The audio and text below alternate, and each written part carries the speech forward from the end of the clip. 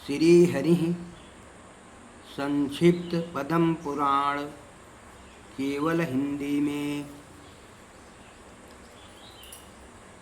पितृभक्ति, पातिव्रत्य, समता, अद्रोह और विष्णु भक्ति रूप 5 महायज्ञों के विषय में ब्राह्मण नरोत्तम की कथा। भीष्म जी ने कहा, ब्राह्मण जो कर्म सबसे अधिक पुण्यजनक हो, जो संसार में सदा और सबको प्रिय जान पड़ता हो तथा पूर्व पुरुषों ने जिसका अनुष्ठान किया हो, ऐसा कर्म आप अपनी इच्छा के अनुसार सोचकर बताइए। पुलस्त जी बोले, राजन, एक समय की बात है। व्यास जी की शिष्य मंडली के समस्त द्विज आदर पूर्वक उन्हें प्रणाम करके धर्म की बात पूछने लगे।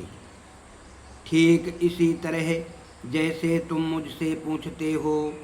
द्विजों ने पूछा, गुरुदेव, संसार में पुण्य से भी पुण्यतम और सब धर्मों में उत्तम कर्म क्या है? किसका अनुष्ठान करके मनुष्य अक्षय पद को प्राप्त करते हैं? मृत्युलोक में निवास करने वाले छोटे बड़े सभी वर्णों के लोग जिसका अनुष्ठान कर सकें। व्यास जी बोले, शिष्यगण, मैं तुम लोगों को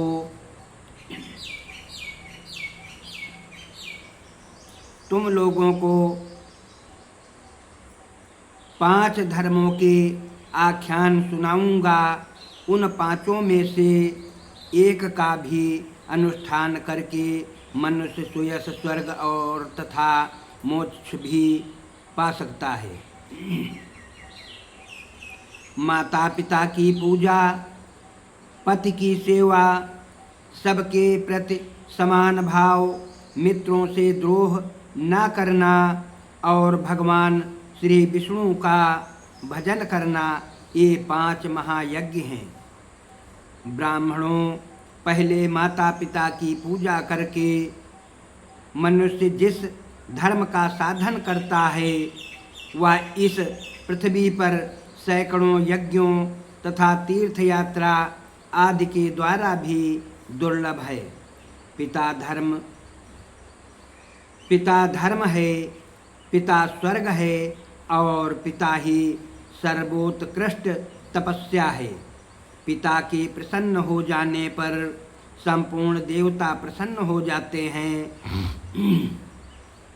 जिसकी सेवा और सद्गुणों से पिता माता संतुष्ट रहते हैं, उस पुत्र को प्रतिदिन गंगा स्नान का फल मिलता है।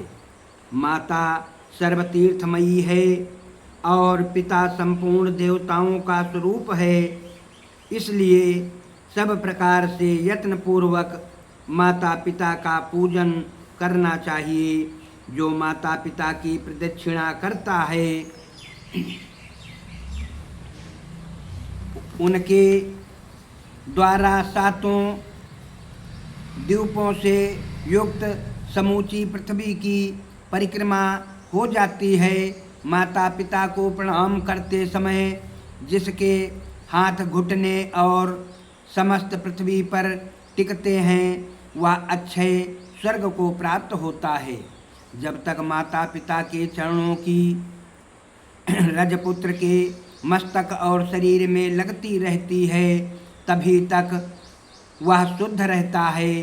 जो पुत्र माता पिता के चरण कमलों का जल पीता है, उसके करोड़ों जन्मों के पाप नष्ट हो जाते हैं। वह मनुष्य संसार में धन्य है। जो नीच पुरुष माता पिता की आज्ञा का उल्लंघन करता है, वह महाप्रलय प्रलय पर्यंत नरक में निवास करता है। जो रोगी वृद्ध जीविका से रहित अंधे और बहरे पिता को त्याग कर चला जाता है, वह रौरव नरक में पड़ता है। इतना ही नहीं, उसे अंत्यजों, म्लेच्छों और चांडालों की योनि में जन्म लेना पड़ता है। माता पिता का पालन पोषण न करने से समस्त पुण्यों का नाश हो जाता है। माता पिता की आराधना न करके पुत्र यदि तीर्थ और देवताओं का सेवन भी करे तो उसे उसका फल नहीं मिलता। ब्राह्मणों, इस विषय में मैं एक प्राचीन इतिहास कहता हूँ, प्रयत्नपूर्वक उसका श्रवण करो। इसका श्रवण करके भूतल पर फिर कभी तुम्हें मोह नहीं व्यापेगा।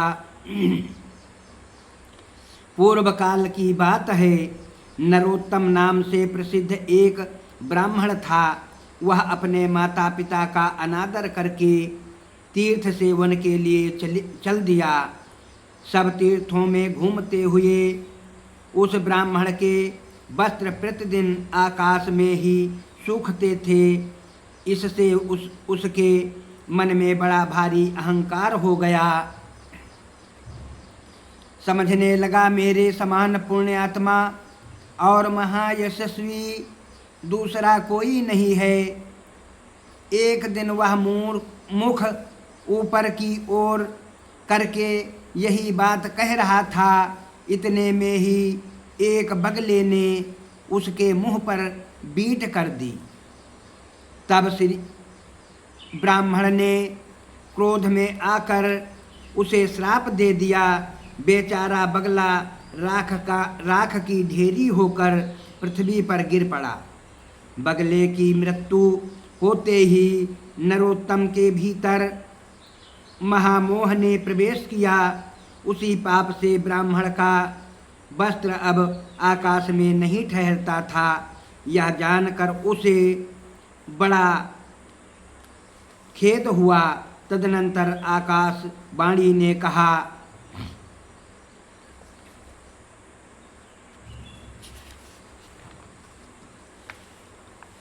ब्राह्मण, तुम परम धर्मात्मा मूक चांडाल के पास जाओ। वहाँ जाने से तुम्हें धर्म का ज्ञान होगा। उसका वचन तुम्हारे लिए कल्याणकारी होगा।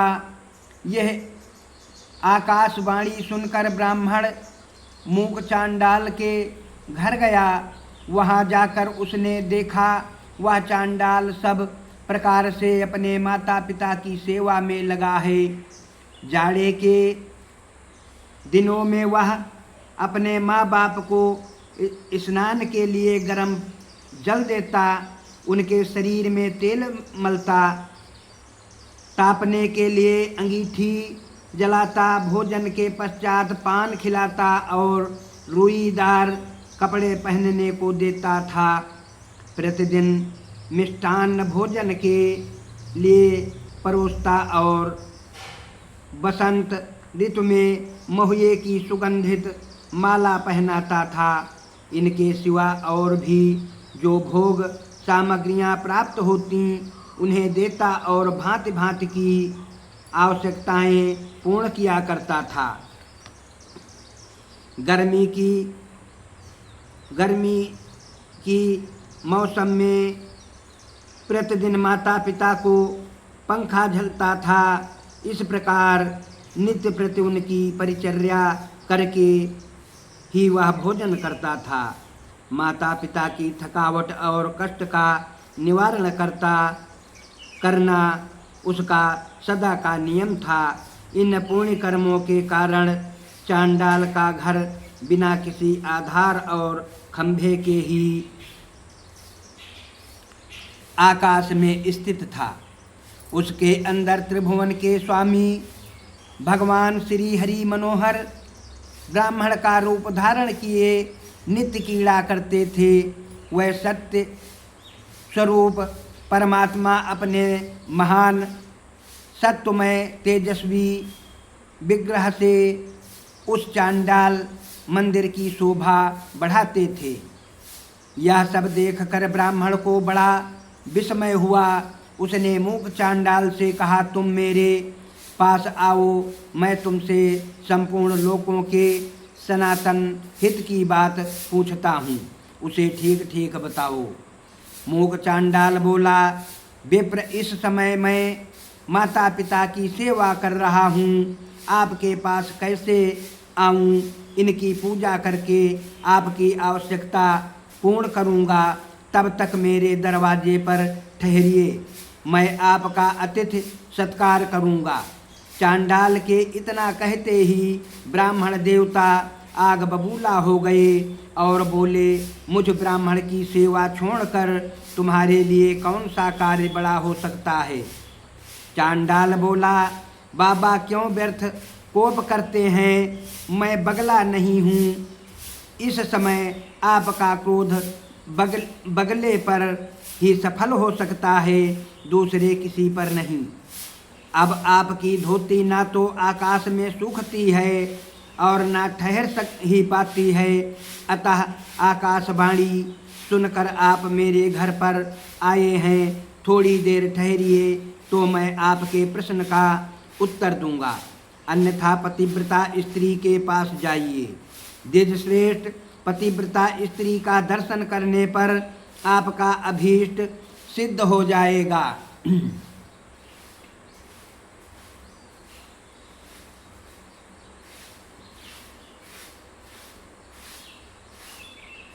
व्यास जी कहते हैं, तदनंतर चांडाल के घर से ब्राह्मण रूपधारी भगवान श्री विष्णु ने निकलकर उस द्विज से कहा, चलो मैं पतिव्रता देवी के घर चलता हूँ। द्विज श्रेष्ठ नरोत्तम कुछ सोचकर उनके साथ चल दिया। उसके मन में बड़ा विस्मय हो रहा था। उसने रास्ते में भगवान से पूछा, विप्रवर, आप इस चांडाल के घर में जहाँ स्त्रियाँ रहती हैं किस लिए निवास करते हैं? ब्राह्मण रूपधारी भगवान ने कहा, विप्रवर, इस समय तुम्हारा हृदय शुद्ध नहीं है, पहले पतिव्रता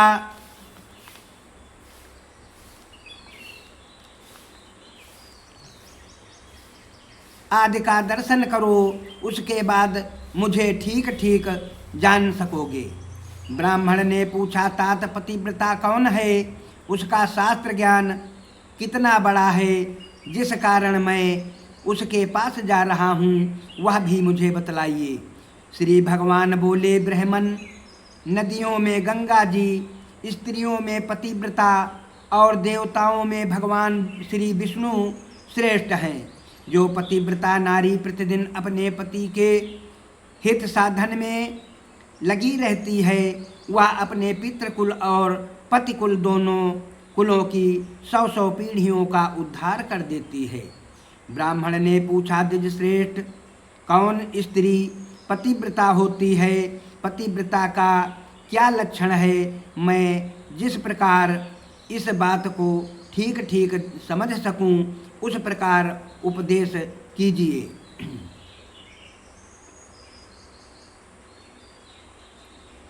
श्री भगवान बोले, जो स्त्री पुत्र की अपेक्षा 100 गुने स्नेह से पति की आराधना करती है, राजा के समान उसका भय मानती है और पति को भगवान का स्वरूप समझती है, वह पतिव्रता है।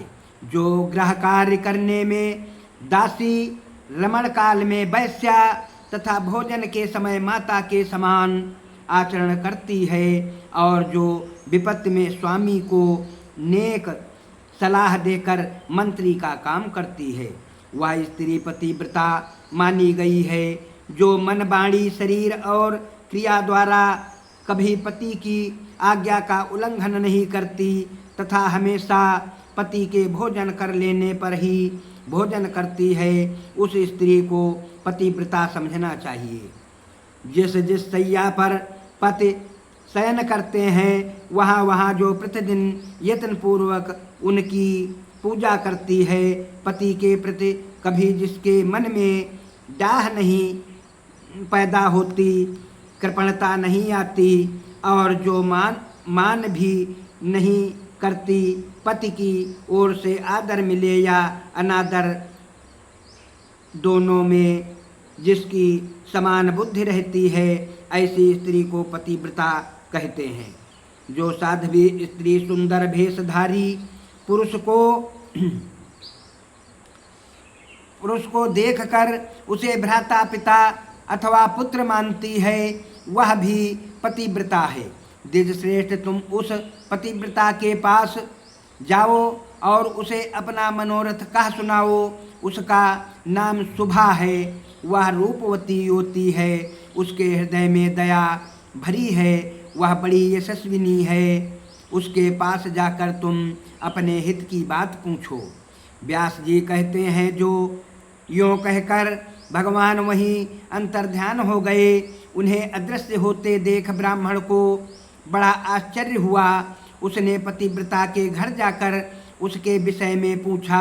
अतिथि की बोली सुनकर पतिव्रता स्त्री वेगपूर्वक घर से निकली और ब्राह्मण को आया देख दरवाजे पर खड़ी हो गई। ब्राह्मण ने उसे देखकर प्रसन्नतापूर्वक उससे कहा, देव, तुमने जैसा देखा और समझा है, उसके अनुसार स्वयं ही सोचकर मेरे लिए प्रिय और हित की बात बताओ।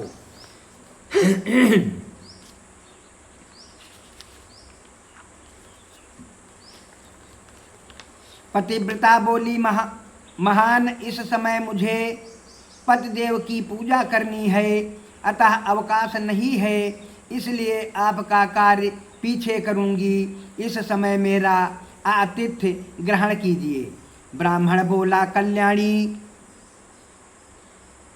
मेरे शरीर में इस समय भूख, प्यास और थकावट नहीं है। मुझे अभीष्ट बात बताओ, नहीं तो तुम्हें श्राप दे दूंगा। तब उस पतिव्रता ने भी कहा, द्विजश्रेष्ठ, मैं बगला नहीं हूँ, आप धर्म तुलाधार के पास जाइए और उन्हीं से अपने हित की बात पूछिए। यों कहकर वह महाभागा पतिव्रता घर के भीतर चली गई। तब ब्राह्मण ने चांडाल के घर की भांति वहाँ भी विप्र रूपधारी भगवान को उपस्थित देखा। उन्हें देखकर वह बड़े विस्मय में पड़ा और कुछ सोच विचार कर उनके समीप गया। घर में जाने पर उसे हर्ष में भरे हुए ब्राह्मण और उस पतिव्रता के भी दर्शन हुए। उन्हें देखकर नरोत्तम ब्राह्मण ने कहा, तात, देशांतर में जो घटना घटी थी उसे इस पतिव्रता देवी ने भी बता दिया और चांडाल ने तो बताया ही था। वे लोग उस घटना को कैसे जानते हैं, इस बात को लेकर मुझे बड़ा विस्मय हो रहा है। इससे बढ़कर महान आश्चर्य और क्या हो सकता है। श्री भगवान बोले, तात, महात्मा पुरुष अत्यंत पुण्य और सदाचार के बल पर सबका कारण जान लेते हैं, जिससे तुम्हें विस्मय हुआ है। मुने बताओ, इस समय उस पतिव्रता ने तुमसे क्या कहा है? ब्राह्मण ने कहा, वह तो मुझे धर्म तुलाधार से प्रश्न करने के लिए उपदेश देती है। श्री भगवान बोले, मुनिश्रेष्ठ, आओ मैं उसके पास चलता हूँ। यों कहकर भगवान जब चलने लगे तब ब्राह्मण ने पूछा, तुलाधार कहाँ रहता है? श्री भगवान ने कहा, जहाँ मनुष्यों की भीड़ एकत्रित है और नाना प्रकार के द्रव्यों की बिक्री हो रही है, उस बाजार में तुलाधार वैश्य इधर उधर क्रय विक्रय करता है। उसने कहा, उसने कभी मन, वाणी या क्रिया द्वारा किसी का कुछ बिगाड़ नहीं किया, असत्य नहीं बोला और दुष्टता नहीं की। वह सब लोगों के हित में तत्पर रहता है, सब प्राणियों में समान भाव रखता तथा ढेले, पत्थर और सुवर्ण को समान समझता है। लोग जो नमक, तेल, घी अनाज की ढेरियाँ तथा अन्य संग्रहित वस्तुएं उसकी जबान पर ही लेते देते हैं। वह प्राणांत उपस्थित होने पर भी सत्य छोड़कर कभी झूठ नहीं बोलता। इसी से वह धर्म तुलाधार कहलाता है। श्री भगवान के यों कहने पर ब्राह्मण ने नाना प्रकार के रसों को बेचते हुए तुलाधार को देखा।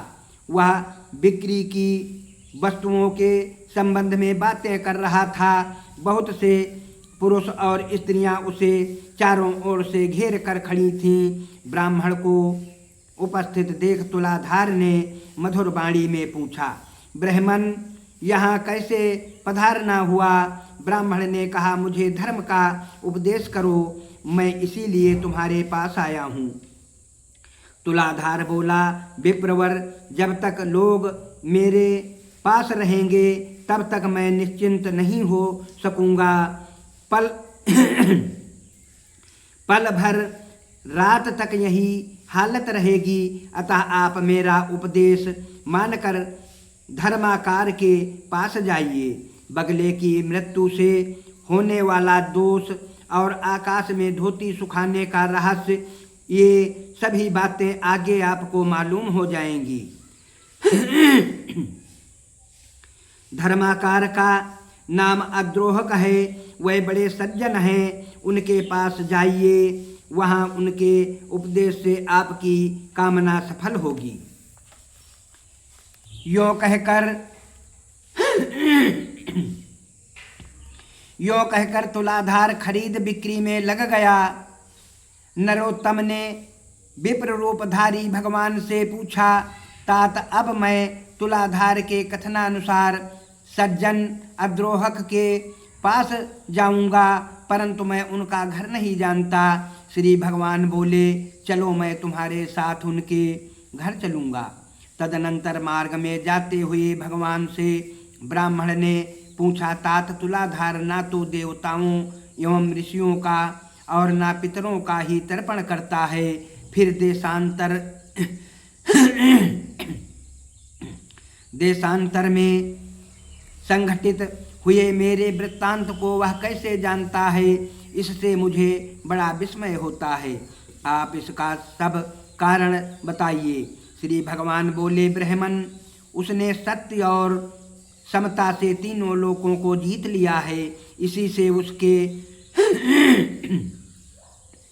ऊपर पितर, देवता तथा मुनि भी संतुष्ट रहते हैं। धर्मात्मा तुलाधार उपर्युक्त गुणों के कारण ही भूत और भविष्य की सब बातें जानता है। सत्य से बढ़कर कोई धर्म और झूठ से बड़ा दूसरा कोई पाप नहीं है। जो पुरुष पाप से रहित और समभाव में स्थित है, जिसका चित्त शत्रु मित्र और उदासीन के प्रति समान है, उसके सब पापों का नाश हो जाता है और वह भगवान श्री विष्णु के सायुज्य को प्राप्त होता है। समता धर्म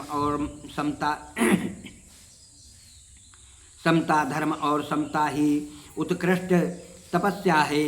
जिसके हृदय में सदा ममता विराजती है, वही पुरुष संपूर्ण लोकों में श्रेष्ठ योगियों में गणना करने के योग्य और निर्लोभ होता है।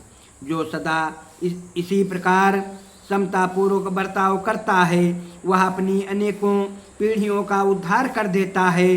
उस पुरुष में सत्य, इंद्रिय संयम, मनोनिग्रह, धीरता, स्थिरता, निर्लोभता और आलस्यहीनता, ये सभी गुण प्रतिष्ठित होते हैं।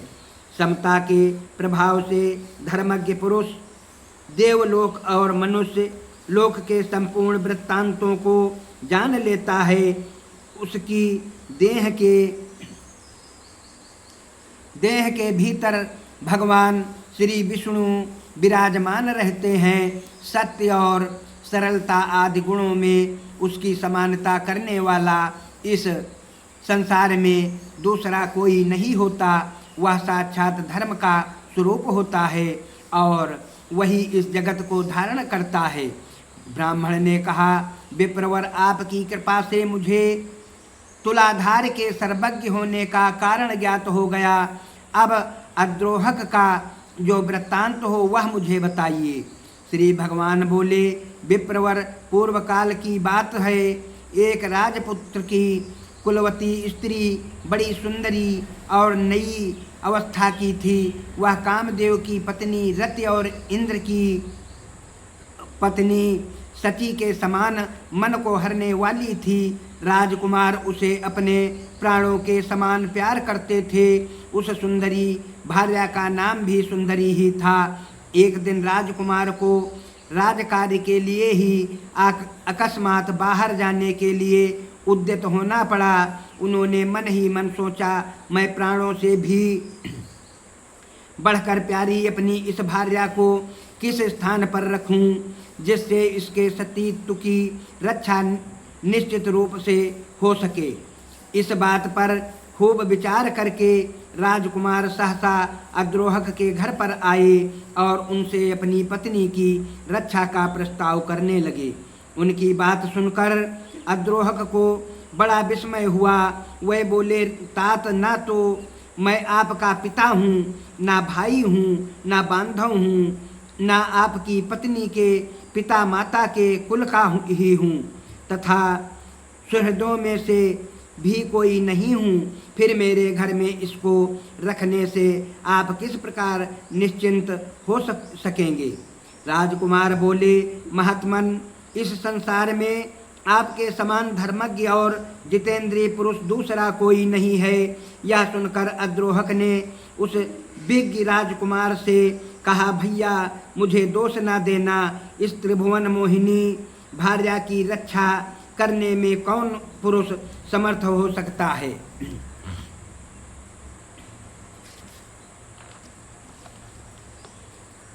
राजपुत्र ने कहा, मैं सब बातों का भली भांति विचार करके ही आपके पास आया हूँ, या आपके घर में रहे अब मैं जाता हूँ। राजकुमार के यों कहने पर वह फिर बोले, भैया, इस शोभा संपन्न नगर में बहुतेरे कामी पुरुष भरे पड़े हैं। यहाँ किसी स्त्री के सतीत्व की रक्षा कैसे हो सकती है। राजकुमार पुनः बोले, जैसे भी हो रक्षा कीजिए, मैं तो अब जाता हूँ। गृहस्थ अद्रोहक ने धर्म संकट में पड़कर कहा, तात, मैं उचित और हितकारी समझकर इसके साथ सदा अनुचित बर्ताव करूँगा और उसी अवस्था में ऐसी स्त्री सदा मेरे घर में सुरक्षित रह सकती है। अन्यथा इस अरक्ष वस्तु की रक्षा के लिए आप ही कोई अनुकूल और प्रिय उपाय बतलाइए। इसे मेरी सैया पर मेरे एक और मेरी स्त्री के साथ शयन करना होगा। फिर भी यदि आप इसे अपनी बल्लभा समझें तब तो यह रह सकती है, नहीं तो यहाँ से चली जाए। यह सुनकर राजकुमार ने एक क्षण तक कुछ विचार किया, फिर बोले, तात, मुझे आपकी बात स्वीकार है। आपको जो अनुकूल जान पड़े वही कीजिए। ऐसा कहकर राजकुमार अपनी पत्नी से बोले, सुंदरी, तुम इनके कथनानुसार सब कार्य करना, तुम पर कोई दोष नहीं आएगा, इसके लिए मेरी आज्ञा है। यों कहकर वे अपने पिता महाराज के आदेश से गंतव्य स्थान को चले गए। तदनंतर रात में अद्रोहक ने जैसा कहा था वैसा ही किया। वह धर्मात्मा नित्य प्रति दोनों स्त्रियों के बीच में शयन करते थे। फिर भी वह अपनी और पराई स्त्री के विषय में कभी धर्म से विचलित नहीं होते थे। अपनी स्त्री के स्पर्श से ही उनके मन में कामोपभोग की इच्छा होती थी। इधर राजकुमार की स्त्री के स्तन भी बार बार उनकी पीठ में लग जाते थे, किंतु उसका उनके प्रति वैसा ही भाव होता था जैसा बालक पुत्र का माता के स्तनों के प्रति होता है। वे प्रतिदिन उसके प्रति मातृभाव को ही दृढ़ रखते थे। क्रमशः उनके हृदय से स्त्री संभोग की इच्छा ही जाती रही। इस प्रकार 6 मास व्यतीत होने पर राजकुमारी के पति अद्रोहक ने नगर में आए। अद्रोहक के नगर में आए। उन्होंने लोगों से अद्रोहक तथा अपनी स्त्री के बर्ताव के संबंध में पूछा। लोगों ने भी अपनी अपनी रुचि के अनुसार उत्तर दिया। कोई राजकुमार के प्रबंध को उत्तम बताते थे, कुछ नौजवान उनकी बात सुनकर आश्चर्य में पड़ जाते थे और कुछ लोग इस प्रकार उत्तर देते थे, भाई तुमने अपनी स्त्री उसे सौंप दी है और वह उसी के साथ शयन करता है। स्त्री और पुरुष में एकत्र संसर्ग होने पर दोनों के मन शांत कैसे रह सकते हैं। अद्रोहक ने अपने धर्माचरण के बल से लोगों की कुत्सित चर्चा सुन ली। तब उनके मन में लोक निंदा से मुक्त होने का शुभ संकल्प प्रकट हुआ। उन्होंने स्वयं लकड़ी एकत्रित करके एक बहुत बड़ी चिता बनाई और उसमें आग लगा दी। चिता प्रज्वलित हो उठी। इसी समय प्रतापी राजकुमार अद्रोहक के घर आ पहुँचे। वहाँ उन्होंने अद्रोहक तथा अपनी पत्नी को भी देखा। पत्नी का मुख प्रसन्नता से खिला हुआ था और अद्रोहक अत्यंत विषाद युक्त थे। उन दोनों की मानसिक स्थिति जानकर राजकुमार ने कहा, भाई मैं आपका मित्र हूँ और बहुत दिनों के बाद यहाँ लौटा हूँ, आप मुझसे बातचीत क्यों नहीं करते। अद्रोहक ने कहा, मित्र मैंने आपके हित के लिए जो दुष्कर कर्म किया है वह लोक निंदा के कारण व्यर्थ सा हो गया है, अतः अब मैं अग्नि में प्रवेश करूंगा। संपूर्ण देवता और मनुष्य मेरे इस कार्य को देखें। श्री भगवान कहते हैं, ऐसा कहकर महाभाग अद्रोहक अग्नि में प्रवेश कर गए, किंतु अग्नि उनके शरीर, वस्त्र और केशों को जला नहीं सका। आकाश में खड़े समस्त देवता प्रसन्न होकर उन्हें साधुवाद देने लगे। सबने चारों ओर से उनके मस्तक पर फूलों की वर्षा की। जिन जिन लोगों ने राजकुमार की पत्नी और अद्रोहक के संबंध में कलंकपूर्ण बात कही थी, उनके मुंह पर नाना प्रकार की कोढ़ हो गई। देवताओं ने वहाँ उपस्थित हो अद्रोहक को आग से खींचकर बाहर निकाला और प्रसन्नतापूर्वक दिव्य पुष्पों से उनका पूजन किया। उनका चरित्र सुनकर मनुष्यों को भी बड़ा विस्मय हुआ। समस्त मुनिवरों तथा विभिन्न वर्णों के मनुष्यों ने उन महातेजस्वी महात्मा का पूजन किया और उन्होंने भी सबका विशेष आदर किया। उस समय देवताओं, असुरों और मनुष्यों ने मिलकर उनका नाम सज्जना द्रोहक रखा। उनके चरणों की धूल से पवित्र हुए भूमि के ऊपर खेती की उपज अधिक होने लगी। देवताओं ने राजकुमार से कहा, तुम अपनी इस स्त्री को स्वीकार करो। इन अद्रोहक के समान कोई मनुष्य इस संसार में नहीं हुआ है। इस समय इस पृथ्वी पर दूसरा कोई ऐसा पुरुष नहीं है जिसे काम और लोभ ने परास्त ना किया हो। देवता, असुर, मनुष्य, राक्षस, मृग, पंछी और कीट आदि संपूर्ण प्राणियों के लिए यह काम दुर्जय है। काम, लोभ और क्रोध के कारण ही प्राणियों को सदा जन्म लेना पड़ता है। काम ही संसार बंधन में डालने वाला है। प्रायः कहीं भी काम रहित पुरुष का मिलना कठिन है। इन अद्रोहक ने सबको जीत लिया है, 14 भुवनों पर विजय प्राप्त की है। इनके हृदय में भगवान श्री वासुदेव बड़ी प्रसन्नता के साथ नित्य विराजमान रहते हैं। इनका स्पर्श और दर्शन करके मनुष्य सब पापों से मुक्त हो जाते हैं और निष्पाप होकर अक्षय स्वर्ग प्राप्त करते हैं। यों कहकर देवता विमानों पर बैठ आनंद पूर्वक स्वर्गलोक को पधारे। मनुष्य भी संतुष्ट होकर अपने अपने स्थान को चल दिए तथा वे दोनों स्त्री पुरुष भी अपने राजमहल को चले गए। तब से अद्रोहक को दिव्य दृष्टि प्राप्त हो गई। वे देवताओं को भी देखते हैं और तीनों लोकों की बातें अनायास ही जान लेते हैं। व्यास जी कहते हैं, तदनंतर अद्रोहक कुक्षी गली में जाकर द्विज ने उनका दर्शन किया और बड़ी प्रसन्नता के साथ उनसे धर्ममय उपदेश तथा हित की बातें पूछी।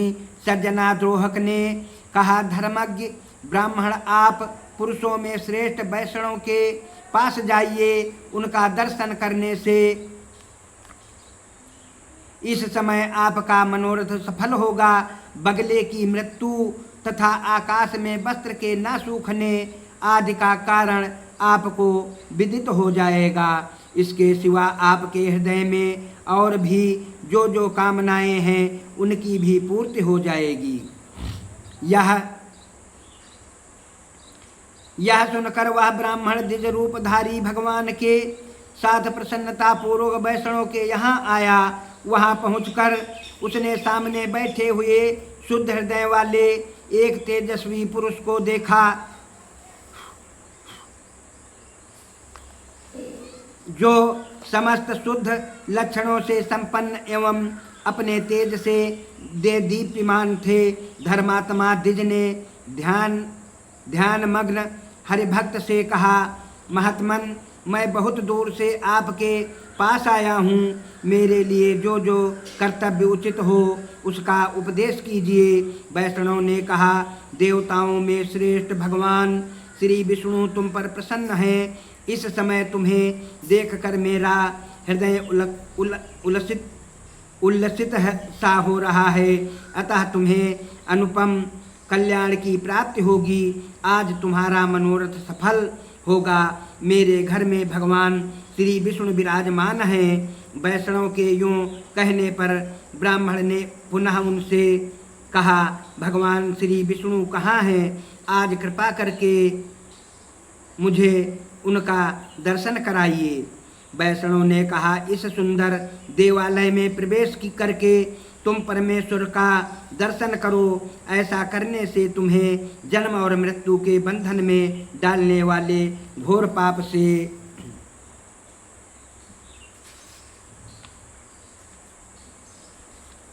छुटकारा मिल जाएगा। उनकी बात सुनकर जब ब्राह्मण ने देव मंदिर में प्रवेश किया तो देखा वह ही विप्र रूपधारी भगवान कमल के आसन पर विराजमान है। ब्राह्मण ने मस्तक झुकाकर उन्हें प्रणाम किया और बड़ी प्रसन्नता के साथ उनके दोनों चरण पकड़कर कहा, देवेश्वर, अब मुझ पर प्रसन्न होइए। मैंने पहले आपको नहीं पहचाना था। प्रभु, इस लोक और परलोक में भी मैं आपका किंकर बना रहूं। मधुसूदन, मुझे अपने ऊपर आपका प्रत्यक्ष अनुग्रह दिखाई दिया है। यदि मुझ पर कृपा हो तो मैं आपका साक्षात स्वरूप देखना चाहता हूँ। भगवान श्री विष्णु बोले, भूदेव, तुम्हारे ऊपर मेरा प्रेम सदा ही बना रहता है। मैंने स्नेह बस ही तुम्हें पुण्यात्मा महापुरुषों का दर्शन कराया है। पुण्यवान महात्माओं के एक बार भी दर्शन, स्पर्श, ध्यान एवं नामोच्चारण करने से तथा उनके साथ वार्तालाप करने से मनुष्य अक्षय स्वर्ग का सुख भोगता है। महापुरुषों का नित्य संग करने से सब पापों का नाश हो जाता है तथा मनुष्य अनंत सुख भोग कर मेरे स्वरूप में लीन होता है। जो मनुष्य पुण्य तीर्थों में स्नान करके शंकर जी तथा पुण्यात्मा पुरुषों के आश्रम का दर्शन करता है, वह भी मेरे शरीर में लीन हो जाता है। एकादशी तिथि को जो मेरा ही दिन हरिवासर है, उपवास करके जो लोगों के सामने पुण्यमयी कथा कहता है, वह भी मेरे स्वरूप में लीन हो जाता है। मेरे चरित्र का श्रवण करते हुए जो रात्रि में जागता है, उसका भी मेरे शरीर में लय होता है। विप्रवर, जो प्रतिदिन ऊंचे स्वर से गीत गाते और बाजा बजाते हुए मेरे नामों का स्मरण करता है, उसका भी मेरी देह में लय होता है। जिसका मन तपस्वी राजा और गुरुजनों से कभी द्रोह नहीं करता, वह भी मेरे स्वरूप में लीन होता है। तुम मेरे भक्त और तीर्थ स्वरूप हो, किंतु तुमने बगले की मृत्यु के लिए जो श्राप दिया था, उसके दोष से छुटकारा दिलाने के लिए मैंने ही वहाँ उपस्थित होकर कहा कि तुम पुण्यवानों में श्रेष्ठ और तीर्थ स्वरूप महात्मा मूक चांडाल के पास जाओ। तात उस महात्मा का दर्शन करके तुमने देखा ही था कि वह किस प्रकार अपने माता पिता का पूजन करता था। उन सभी महात्माओं के दर्शन से, उनके साथ वार्तालाप करने से और मेरा संपर्क होने से आज तुम मेरे मंदिर में आए हो। करोड़ों जन्मों के बाद जिसके पापों का क्षय होता है, वह धर्मज्ञ पुरुष मेरा दर्शन करता है, जिससे उसे प्रसन्नता प्राप्त होती है। वत्स, मेरे ही अनुग्रह से तुमको मेरा दर्शन हुआ है, इसीलिए तुम्हारे मन में जो इच्छा हो उसके अनुसार मुझसे वरदान मांग लो। ब्राह्मण बोला, नाथ मेरा मन सर्वथा आपके ही ध्यान में स्थित रहे। संपूर्ण लोकों के स्वामी माधव, आपके सिवा कोई भी दूसरी वस्तु मुझे कभी प्रिय ना लगे। श्री भगवान ने कहा, निष्पाप ब्राह्मण, तुम्हारी बुद्धि में सदा ऐसा उत्तम विचार जागृत रहता है, इसीलिए तुम मेरे धाम में आकर मेरे ही समान दिव्य भोगों का उपभोग करोगे। किंतु तुम्हारे माता पिता तुमसे आदर नहीं पा रहे हैं, अतः पहले माता पिता की पूजा करो, इसके बाद मेरे स्वरूप को प्राप्त हो सकोगे। उनके दुखपूर्ण उच्छ्वास और क्रोध से तुम्हारी तपस्या प्रतिदिन नष्ट हो रही है। जिस पुत्र के ऊपर सदा ही माता पिता का कोप रहता है, उसको नरक में पड़ने से मैं ब्रह्मा तथा महादेव जी भी नहीं रोक सकते। इसलिए तुम माता पिता के पास जाओ और यत्न पूर्वक उनकी पूजा करो, फिर उन्हीं की कृपा से तुम मेरे पद को प्राप्त होगे। व्यास जी कहते हैं, जगत गुरु भगवान के ऐसा कहने पर द्विजश्रेष्ठ नरोत्तम ने फिर इस प्रकार कहा, नाथ, यदि आप मुझ पर प्रसन्न हैं तो मुझे अपने स्वरूप का दर्शन कराइए। तब संपूर्ण लोकों के एकमात्र कर्ता एवं ब्राह्मण हितैषी भगवान ने नरोत्तम के प्रेम से प्रसन्न होकर उस पुण्यकर्मा ब्राह्मण को शंख चक्र गदा और पद्म धारण किए अपने पुरुषोत्तम रूप का दर्शन कराया। उनके तेज से संपूर्ण जगत व्याप्त हो रहा था। ब्राह्मण ने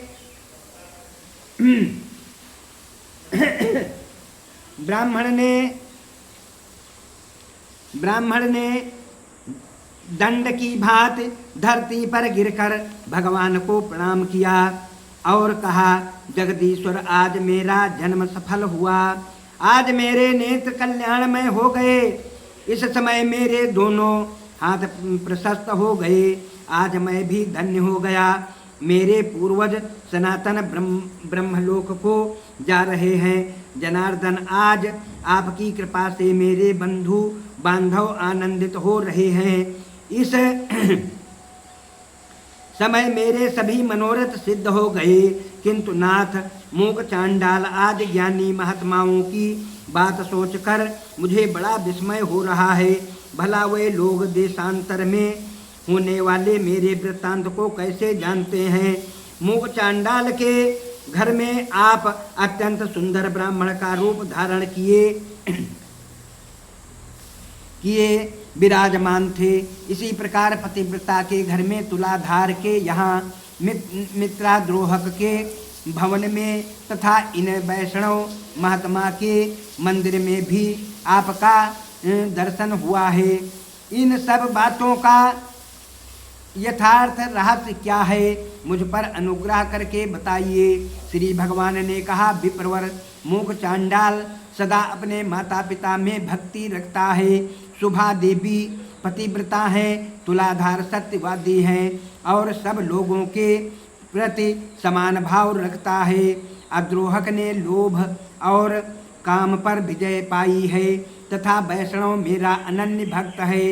इन्हीं सद्गुणों के कारण प्रसन्न होकर मैं इन सबके घर में आनंद निवास करता हूँ। मेरे साथ सरस्वती और लक्ष्मी भी इन लोगों के यहाँ मौजूद रहती हैं।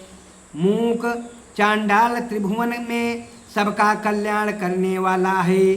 चांडाल होने पर भी वह सदाचार में स्थित है, इसीलिए देवता उसे ब्राह्मण मानते हैं।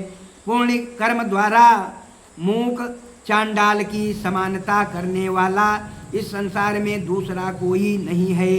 वह सदा माता पिता की भक्ति में संलग्न रहता है। उसने अपनी इस भक्ति के बल से तीनों लोकों को जीत लिया है।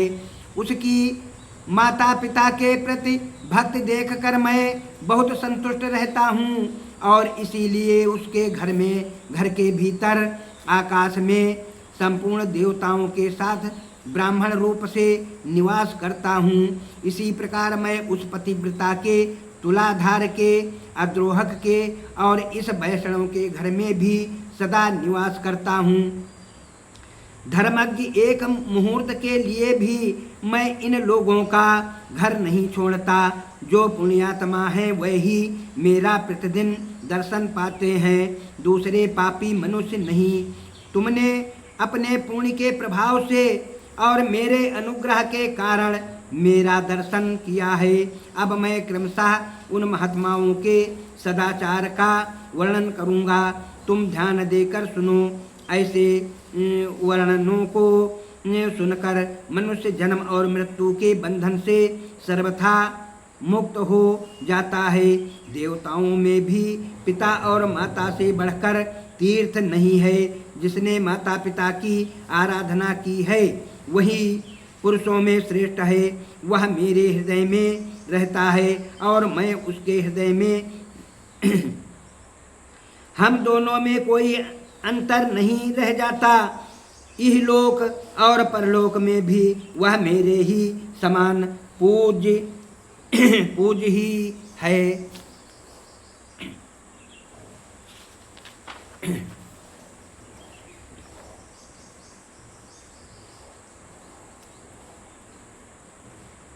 अपने समस्त बंधु बांधवों के साथ मेरे रमणीय धाम में पहुंचकर मुझ में ही लीन हो जाता है। माता पिता की आराधना के बल से ही वह नरश्रेष्ठ मूक चांडाल तीनों लोकों की बातें जानता है।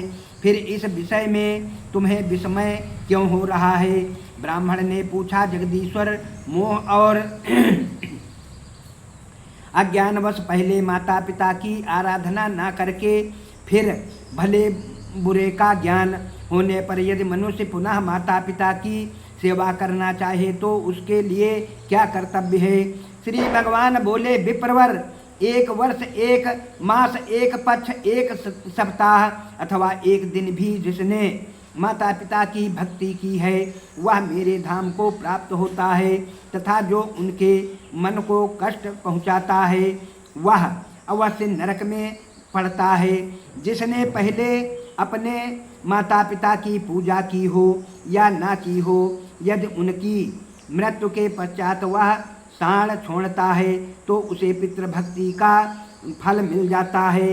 जो बुद्धिमान पुत्र अपना सर्वस्व लगाकर माता पिता का श्राद्ध करता है वह जाति स्मर पूर्व जन्म की बातों को स्मरण करने वाला होता है और उसे पितृभक्ति का पूरा फल मिल जाता है। श्राद्ध से बढ़कर महान यज्ञ तीनों लोकों में दूसरा कोई नहीं है। इसमें जो कुछ दान दिया जाता है वह सब अक्षय होता है। दूसरों को जो दान दिया जाता है उसका फल 10,000 गुना होता है। अपनी जात वालों को देने से लाख गुना, पिंड दान में लगाया हुआ धन करोड़ गुना और ब्राह्मण को देने पर वह अनंत गुना फल देने वाला बताया गया है। जो गंगा जी के जल में और गया, प्रयाग, पुष्कर, काशी, सिद्ध कुंड तथा गंगा सागर संगम तीर्थ में पितरों के लिए अन्नदान करता है, उसकी मुक्ति निश्चित है तथा उसके पितर अक्षय स्वर्ग प्राप्त करते हैं, उनका जन्म सफल हो जाता है। जो विशेषतः गंगा जी में तिल मिश्रित जल के द्वारा तर्पण करता है, उसे भी मोक्ष का मार्ग मिल जाता है। फिर जो पिंडदान करता है, उसके लिए तो कहना ही क्या है। अमावस्या और युगादि तिथियों को तथा चंद्रमा और सूर्य ग्रहण के दिन जो पारणव श्राद्ध करता है, वह अक्षय लोक का भागी होता है। उसके पितर उसे प्रिय आशीर्वाद और अनंत भोग प्रदान करके 10,000 वर्षों तक तृप्त रहते हैं। इसीलिए प्रत्येक पर्व पर पुत्रों को प्रसन्नतापूर्वक पारणव श्राद्ध करना चाहिए। माता पिता के श्राद्ध यज्ञ का अनुष्ठान करके मनुष्य सब प्रकार के बंधनों से मुक्त हो जाता है। जो श्राद्ध प्रतिदिन किया जाता है, उसे नित्य श्राद्ध माना गया है। जो पुरुष श्रद्धापूर्वक नित्य श्राद्ध करता है, वह अक्षय लोक का उपभोग करता है। इसी प्रकार कृष्ण पक्ष में विधि पूर्वक काम्य श्राद्ध का अनुष्ठान करके मनुष्य मनोवांछित फल प्राप्त करता है। आषाढ़ की पूर्णिमा के बाद जो 5वां पक्ष आता है, जिसे महालय या पितृपक्ष कहते हैं, उसमें पितरों का श्राद्ध करना चाहिए। उस समय सूर्य कन्या राशि पर गए हैं या नहीं, इसका विचार नहीं करना चाहिए। जब सूर्य कन्या राशि पर स्थित होते हैं, उस समय से लेकर 16 दिन उत्तम दक्षिणाओं से संपन्न यज्ञों के समान महत्व रखते हैं। उन दिनों में इस परम पवित्र काम्य श्राद्ध का अनुष्ठान करना उचित है। इसी से श्राद्धकर्ता का मंगल होता है। यदि उस समय श्राद्ध न हो सके, तो जब सूर्य तुला राशि पर स्थित हों, उसी समय कृष्ण पक्ष आदि में उक्त श्राद्ध करना उचित है। चंद्र ग्रहण के समय सभी दान भूमि दान के समान होते हैं। सभी ब्राह्मण व्यास के समान माने जाते हैं और समस्त जल गंगा जल के तुल्य हो जाता है। चंद्र ग्रहण में दिया हुआ दान और समय की अपेक्षा लाख गुना तथा सूर्य ग्रहण 10 लाख गुना अधिक फल देने वाला बताया गया है। और यदि गंगा जी का जल प्राप्त हो जाए, तब तो चंद्र ग्रहण का दान करोड़ गुना और सूर्य ग्रहण में दिया हुआ दान 10 करोड़ गुना अधिक फल देने वाला होता है। विधि पूर्वक 1 लाख को दान करने से जो फल प्राप्त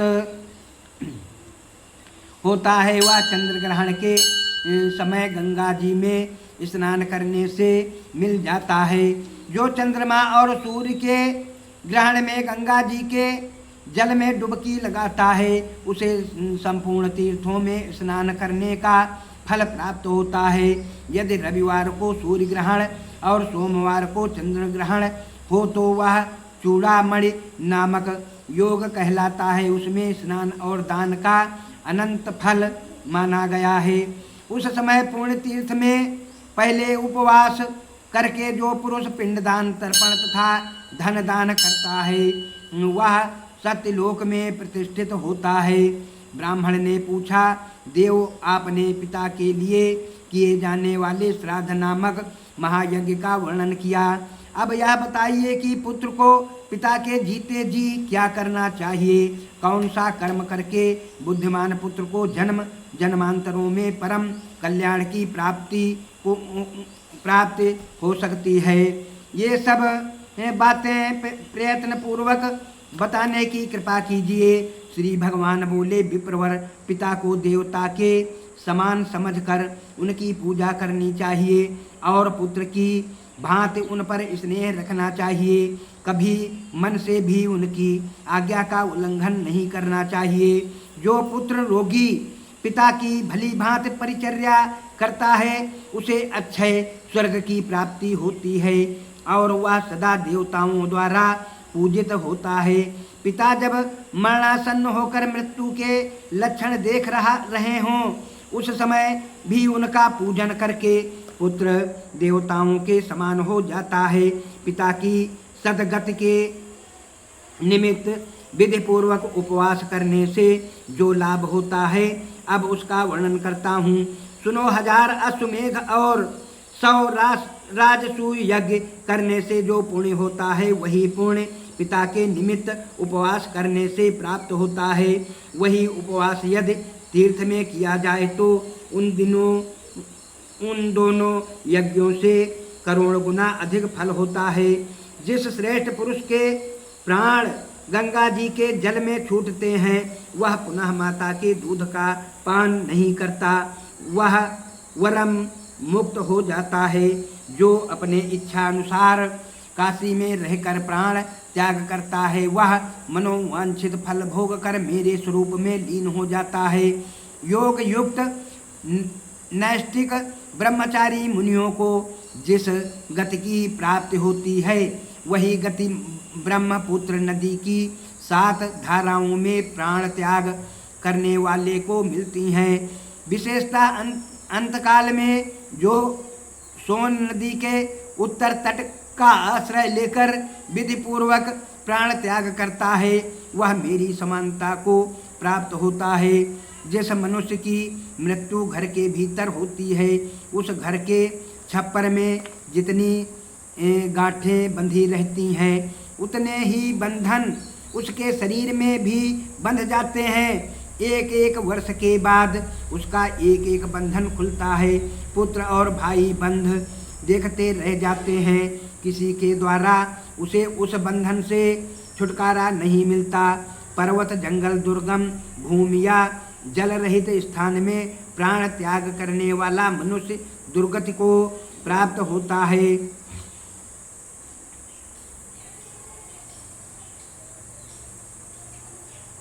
उसे कीड़े आदि की योनि में जन्म लेना पड़ता है। जिस मरे हुए व्यक्ति के शव का दाह संस्कार मृत्यु के दूसरे दिन होता है वह 60,000 वर्षों तक कुंभीपाक नरक में पड़ा रहता है। मृत्यु के दूसरे दिन होता है। जिस मरे हुए व्यक्ति के शव का दाह संस्कार मृत्यु के दूसरे दिन होता है वह 60,000 वर्षों तक कुंभीपाक नरक में पड़ा रहता है। जो मनुष्य अस्पृश्य का स्पर्श करके या पतितावस्था में प्राण त्याग करता है वह चिरकाल तक नरक में निवास करके म्लेच्छ योनि में जन्म लेता है। पुण्य से अथवा पुण्य कर्मों का अनुष्ठान करने से मृत्युलोक निवासी सब मनुष्यों की मृत्यु के समय जैसी बुद्धि होती है वैसी ही गति उन्हें प्राप्त होती है। पिता के मरने पर जो बलवान पुत्र उनके शरीर को कंधे पर ढोता है उसे पग पग पर अश्वमेघ यज्ञ का फल प्राप्त होता है। पुत्र को चाहिए कि वह पिता के शव को चिता पर रखकर विधि पूर्वक मंत्रोच्चारण करते हुए पहले उसके मुख में आग दे, उसके बाद संपूर्ण शरीर का दाह करे। उस समय इस प्रकार कहे, जो लोभ मोह से युक्त तथा पाप पुण्य से आच्छादित थे उन पिताजी के इस शव का इसी के संपूर्ण अंगों का मैं दाह करता हूँ, वे दिव्य लोकों में जाएं। इस प्रकार दाह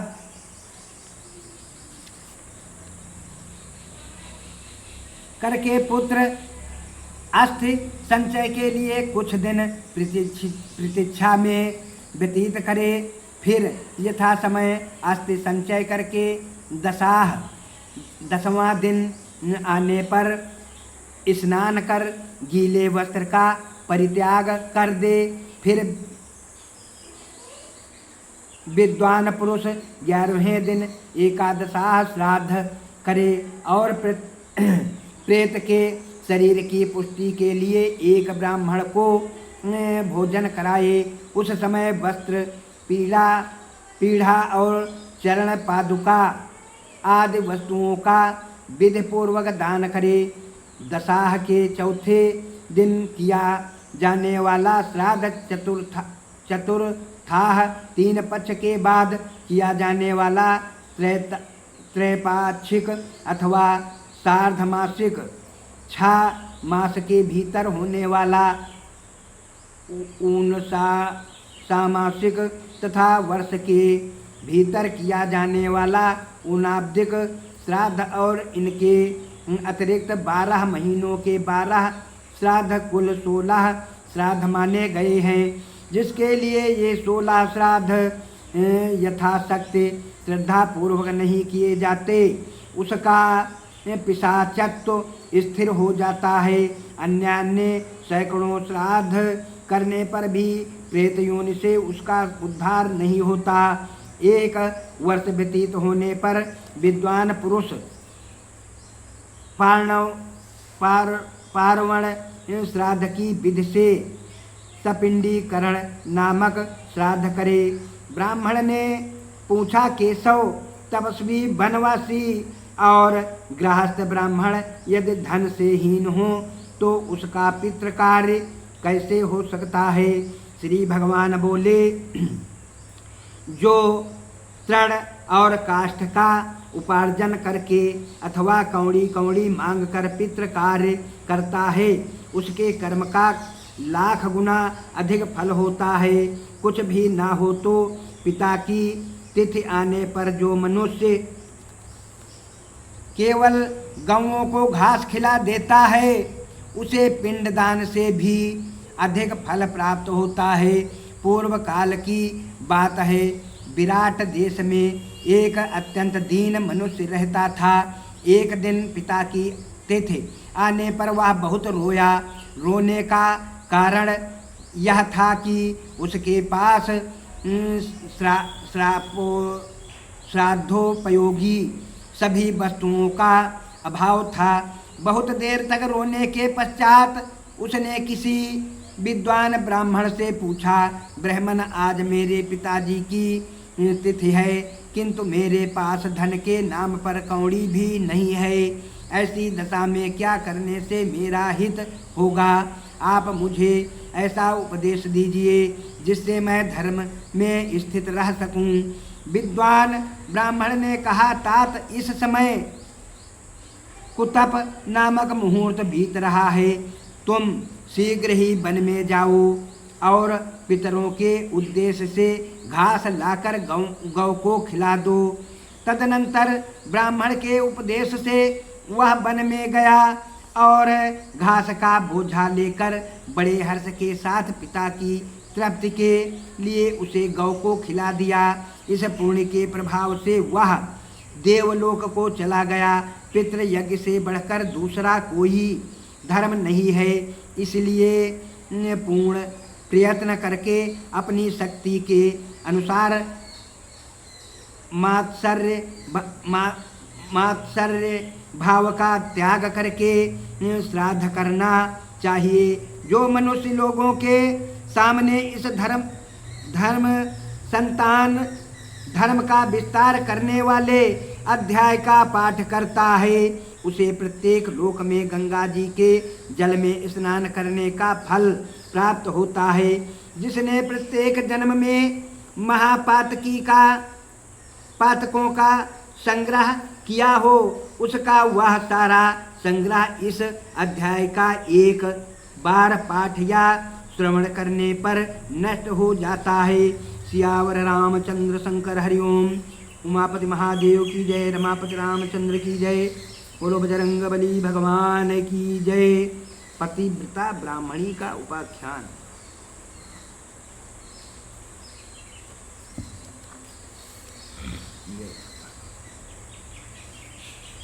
जय